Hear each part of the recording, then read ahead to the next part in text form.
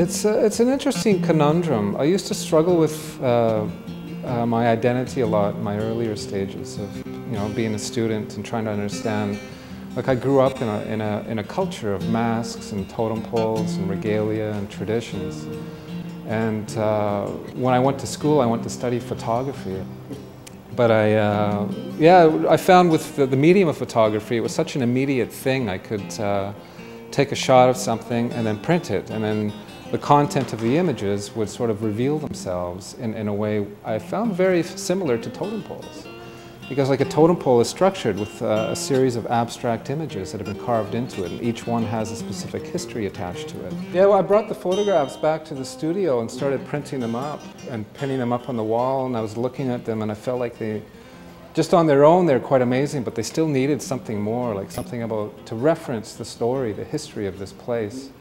And I had one pinned up one day, and I had a piece of copper paper that I had cut into an abstract shape, and I pinned it up on the wall above one of the photos. And when it was sitting there, it kind of fell, and it was had this shape to it, like a half moon or a crescent moon, but when it fell, all of a sudden it looked like a bracket in a sentence. And then when I saw that, it clicked. I thought, this really was about language. Like the Fort Laramie Treaty was about this text, this English text on this piece of paper that was going to control how this land was going to be,